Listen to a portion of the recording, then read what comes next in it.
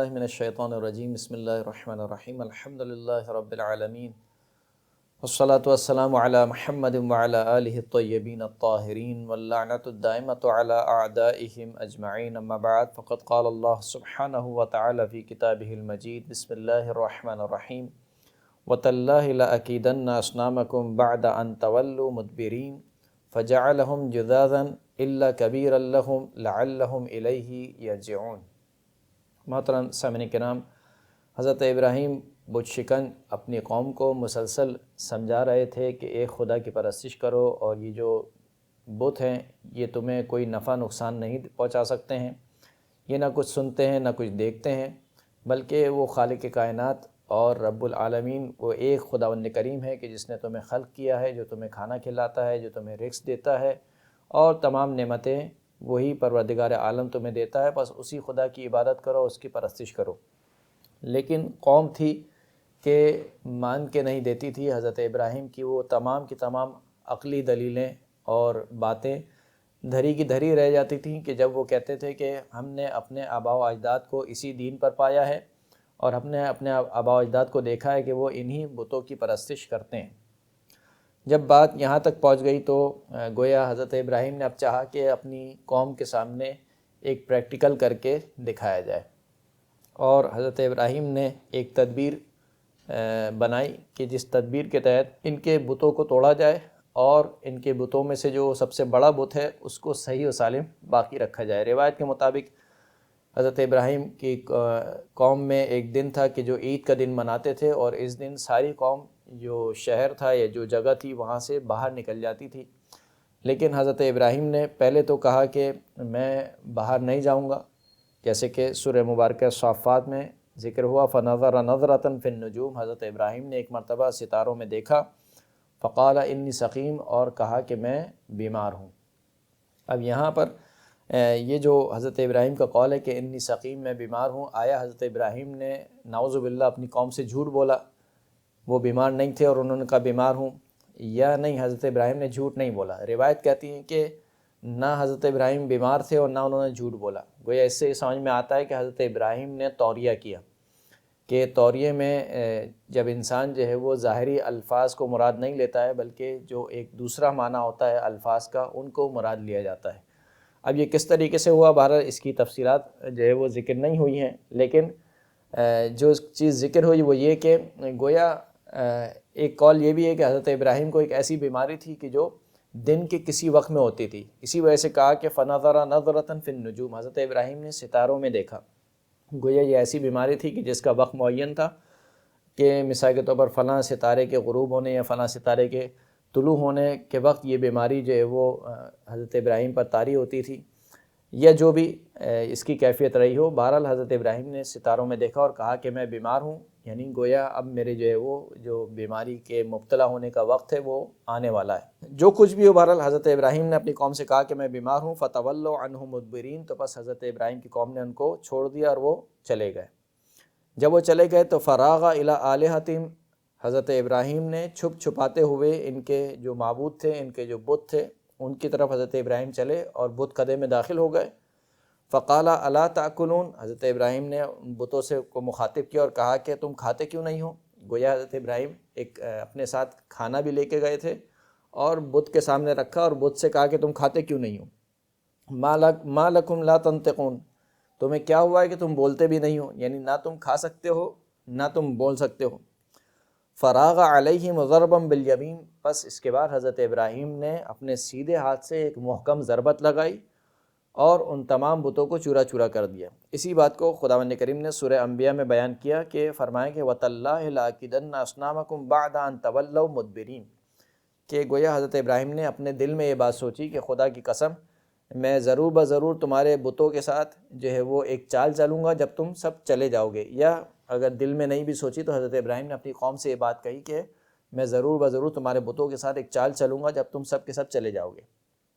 فجعلہم جذاذا الا کبیرا لہم لعلہم الیہ یرجعون، تو حضرت ابراہیم نے کیا کیا، ان تمام کے تمام بتوں کو توڑ دیا، یعنی ایک کلہاڑا بھی ساتھ لے کے گئے تھے اور تمام کے تمام بتوں کو چکنا چور کر دیا، سوائے جو ان میں سے سب سے بڑا بت تھا اس کو باقی رکھا، کہ شاید جو ہے وہ اس بڑے بت کی طرف یہ لوگ آ کر رجوع کریں۔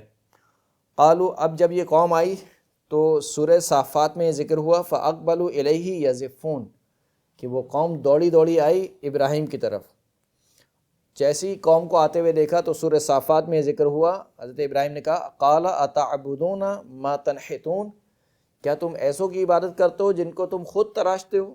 یعنی یہ جو بت ہیں جن کا چورا تمہارے سامنے پڑا ہوا ہے، یہ خود تم تراشتے ہو، یہ خود اپنا دفاع نہیں کر سکتے، یہ خود اپنے آپ کو نقصان سے نہیں بچا سکتے، تو یہ تمہیں کیسے نقصان سے بچائیں گے؟ تو کہا کہ کیا تم ایسی کی عبادت کرتے ہو جسے تم خود تراشتے ہو؟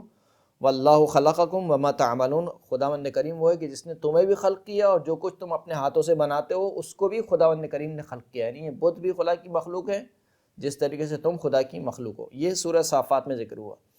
سورہ انبیاء میں خداوند کریم نے ذکر فرمایا کہ قالوا من فعل هذا بآلهتنا انه لمن الظالمین، جب وہ قوم پلٹی اور اس نے دیکھا کہ سارے بت چورا چورا ہوئے پڑے ہوئے ہیں تو پوچھنے لگے کہ یہ کام کس نے ہمارے معبودوں کے ساتھ کیا؟ جس نے بھی یہ کام کیا ہے وہ بہت ہی بڑا ظالم ہے، ظالم لوگوں میں سے۔ قالوا سمعنا فتى يذكرهم يقال له ابراہیم، قوم نے جواب دیا کہ ہم نے ایک نوجوان شخص کو سنا ہے کہ جو ہمارے بتوں کا تذکرہ کر رہا تھا۔ مراد وہی جو پہلے والی آیت ہے کہ تاللہ لاکیدن اصنامکم، خدا کی قسم میں تمہارے بتوں کے ساتھ ایک چال چلوں گا۔ یہ ذکر ہے، کہا کہ ہم نے ایک جوان کو سنا ہے جو ہمارے بتوں کے بارے میں کہہ رہا تھا کہ میں ایک چال چلوں گا۔ یقال له ابراہیم، اس کو ابراہیم کہا جاتا ہے۔ اب یہاں سے یہ سمجھ میں آتا ہے کہ یہ حضرت ابراہیم کی جوانی کا واقعہ ہے، یعنی یہ جتنے بھی مناظرے حضرت ابراہیم نے کیے اس وقت حضرت ابراہیم اپنی عمر کے جوانی کے حصے میں تھے۔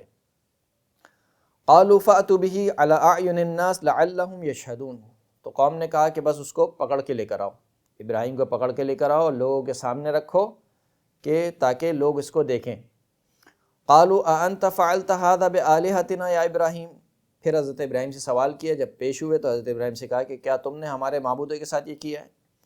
حضرت ابراہیم نے پلٹ کر ایک جواب دیا جو جواب ان کے ضمیروں کو جھنجھوڑنے کے لیے کافی تھا۔ قال بل فعلہ کبیرہم ھذا، کہا کہ بلکہ یہ جو سب سے بڑا والا بت ہے اس نے یہ کام کیا ہے۔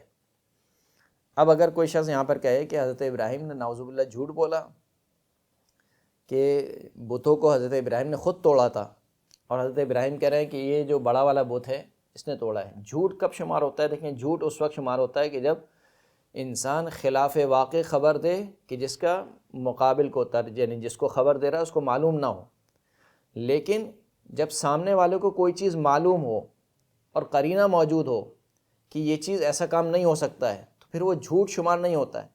یعنی حضرت ابراہیم جو کہہ رہے ہیں کہ بل فعلہ کبیرہم، بلکہ یہ جو کام ہے یہ ان کے سب سے بڑے بت نے کیا ہے، اور وہ خود بھی جانتے تھے کہ بت یہ کام نہیں کر سکتا ہے، گویا یہ خود ایک قرینہ تھا کہ یہ جو حضرت ابراہیم سوال کر رہے ہیں، یہ جو جواب دے رہے ہیں، گویا ایک سوالیہ جو ہے وہ ایک سوال ہے ان کے لیے، یعنی اگرچہ کہ خبر ہے لیکن یہ خبر اس کے ضمن میں ایک سوال پوشیدہ ہے کہ آیا یہ بت یہ کام کر سکتا ہے یا نہیں کر سکتا ہے۔ وہ بھی جانتے تھے کہ یہ کام نہیں کر سکتا ہے، لہٰذا ان کے ضمیر کو جھنجھوڑنے کے لیے حضرت ابراہیم نے یہ الفاظ کہے کہ بلکہ یہ کام جو ہے وہ جو سب سے بڑا بت ہے اس نے کیا ہے۔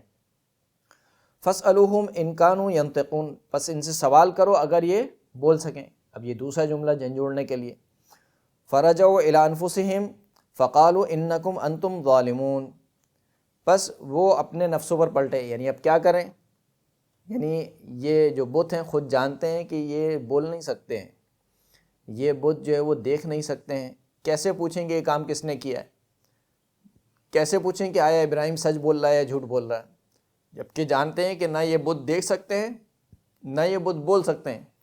تو پھر کیا ہوا؟ سب اپنی بغلیں جھانکنے لگے، یعنی وہ جانتے تھے کہ یہ جو ابراہیم بات کر رہے ہیں درست بات کر رہے ہیں، گویا یہ ایک محکم دلیل تھی حضرت ابراہیم کی جانب سے۔ اب اس سے بڑھ کر اور کیا دلیل ہو سکتی تھی کہ یہ جو تم جن کی پرستش کرتے ہو، جن کو تم معبود مانتے ہو، یہ کچھ نہیں کر سکتے ہیں، یہ نہ نفع پہنچا سکتے ہیں نہ نقصان پہنچا سکتے ہیں، کچھ نہیں کر سکتے، یہ تو اتنے لاچار ہیں کہ خود اپنا دفاع نہیں کر سکتے، تو تمہارا دفاع کیسے کریں گے؟ تمہیں نقصان کیسے پہنچائیں گے؟ تمہیں فائدہ کیسے پہنچائیں گے؟ فقالوا انکم انتم الظالمون، جب وہ اپنے نفسوں کی طرف پلٹے تو کہنے لگے کہ تم لوگ ہی جو ہے وہ ظالم ہو۔ ثم نکسوا علی رؤوسہم پھر ان سب نے اپنے سروں کو جھکا لیا. لقد علمت ما هؤلاء ينطقون، اور کہنے لگے کہ تم جانتے ہو ابراہیم کہ یہ بت نہیں بولتے ہیں. یعنی اتنے جسے کہنا چاہیے بے شرم تھے کہ اب تو ان کو مان لینا چاہیے تھا کہ ابراہیم نے ایسی محکم دلیل دی ہے، اب اس کے آگے کوئی جواب نہیں ہے. لیکن اس کے باوجود کہہ رہے ہیں کہ کیونکہ یہ بول نہیں سکتے تو ہم ان سے کیسے پوچھیں، لیکن ہے ابھی بھی معبود. یعنی کہہ رہے ہیں کہ ہیں ابھی بھی معبود لیکن یہ بول نہیں سکتے تو ہم ان سے کیسے پوچھیں. تو جانتا ہے ابراہیم کہ یہ بول نہیں سکتے ہیں.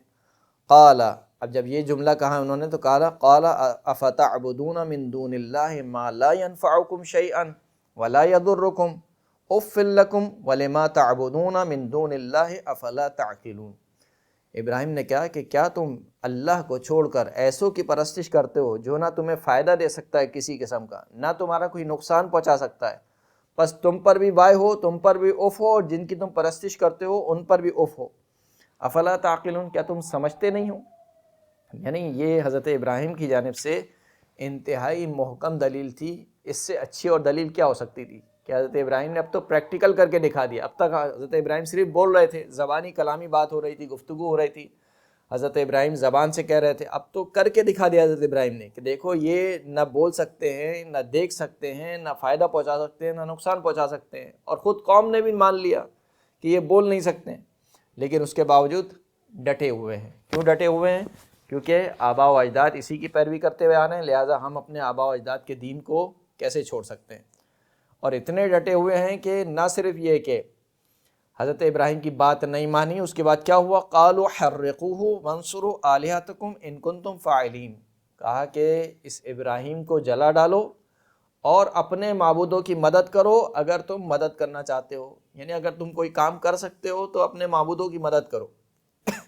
یعنی الٹی بات کہ حضرت ابراہیم کے مقابل میں ان کو یہ کہنا چاہیے تھا کہ اب دیکھنا کہ ہمارے معبود تیرے ساتھ کیا کرتے ہیں، اور تجھے جلا کر راکھ کر دیں گے، اور ہمارے معبود جو ہے تو یہ جہنم میں ڈال دیں گے، بجائے اس کے کہ یہ کہنے لگے کہ اب اپنے معبودوں کی مدد کرو. یعنی جس سے مدد مانگ رہے تھے خود اس کی مدد کر رہے ہیں، خود وہ معبود جو ہے وہ ان کی مدد کے محتاج ہو گئے. تو پھر کہا کہ اور دوسری آیت میں کہا کہ قالوا ابنوا لہ بنیانا، کہ حضرت ابراہیم کے لیے ایک عمارت بناؤ، فَأَلْقُوهُ فِي الْجَحِيمِ، اور اس عمارت میں جو ہے وہ آگ کو روشن کرو اور ابراہیم کو اس آگ میں ڈال دو. کہا جاتا ہے کہ اتنی زیادہ آگ جمع کی گئی، اتنی زیادہ لکڑیاں جلائی گئیں کہ اس آگ کے کوئی نزدیک نہیں جا سکتا تھا. لہٰذا اب کہا کہ ابراہیم کو کیسے پھینکیں آگ میں. تو روایت کہتی ہیں بہرحال شیطان آیا اور پھر شیطان نے جو ہے وہ ان کو مشورہ دیا کہ ایک منجنیق بنائی جائے، منجنیق میں بٹھا کر ابراہیم کو آگ میں پھینکا جائے. اور یہی کام ہوا، اور دنیا کی پہلی منجنیق بنائی گئی، اس میں حضرت ابراہیم کو بٹھایا اور حضرت ابراہیم کو پھینکا گیا آگ کی جانب. ابھی ابراہیم جو ہے وہ معلق ہیں ہوا میں. تو خدا کی جانب سے فرشتہ آیا کہ اگر آپ کچھ مدد چاہتے ہیں تو میں آپ کی مدد کر سکتا ہوں. کہا جاتا ہے جناب جبرائیل آئے تو حضرت ابراہیم نے کہا کہ مجھے مدد تو چاہیے لیکن تجھ سے نہیں بلکہ اپنے پروردگار سے مجھے مدد کا میں طالب ہوں. حضرت ابراہیم کو پھینک دیا گیا آگ میں. خداوند کریم نے آگ سے کہا قلنا یا نار کونی بردا وسلاما علی ابراہیم، اے آگ ٹھنڈی ہو جا اور سلامتی والی ہو جا ابراہیم کے اوپر. وَأَرَادُوا بِهِ كَيْدًا فَجَعَلْنَاهُمُ الْأَخْسَرِينَ، انہوں نے ابراہیم کے ساتھ ایک مکر اور فریب کا ارادہ کیا، پس ہم نے ان کو قرار دے دیا ان لوگوں میں سے جو انتہائی گھاٹا اٹھانے والے ہیں. جبکہ دوسری آیت میں ارشاد ہوا فَأَرَادُوا بِهِ كَيْدًا فَجَعَلْنَاهُمْ هُمُ الْأَسْفَلِينَ، انہوں نے ابراہیم کے ساتھ ایک بد چال چلی یا مکر کا ارادہ کیا جس کے بدلے میں ہم نے خود ان لوگوں کو پست افراد میں سے قرار دے دیا. اور روایت کہتی ہے کہ حضرت ابراہیم کے آگ جو ہے وہ حضرت ابراہیم کے لیے گل و گلزار بن گئی، اور اس آگ میں جاتے ہی حضرت ابراہیم گویا وہ جنت کا ایک باغ بن گیا، اور اس میں حضرت ابراہیم اور حضرت جبرائیل علیہ السلام دونوں بیٹھے ہوئے محو گفتگو تھے، اور صحیح و سالم حضرت ابراہیم اس آگ سے باہر نکل آئے. اور اس کا نتیجہ یہ ہوا کہ جب حضرت ابراہیم نے دیکھ لیا کہ میری قوم جو ہے وہ کسی بھی طریقے سے ماننے کو تیار نہیں ہے، تو حضرت ابراہیم نے پھر یہاں سے ہجرت کی اور بابل سے ہجرت کی اور فلسطین کی طرف چلے گئے. جبکہ ایک قول یہ ہے کہ خود اس بادشاہ نے مجبور کیا کہ اب ابراہیم کو یہاں سے باہر نکالو، اس کے ہوتے ہوئے ہمارا دین سالم نہیں رہے گا. لہذا حضرت ابراہیم کو ملک بدر کر دیا گیا، اور پھر یہاں سے حضرت ابراہیم نے ہجرت کی فلسطین کی جانب. وآخر الدعوانا ان الحمد للہ رب العالمین.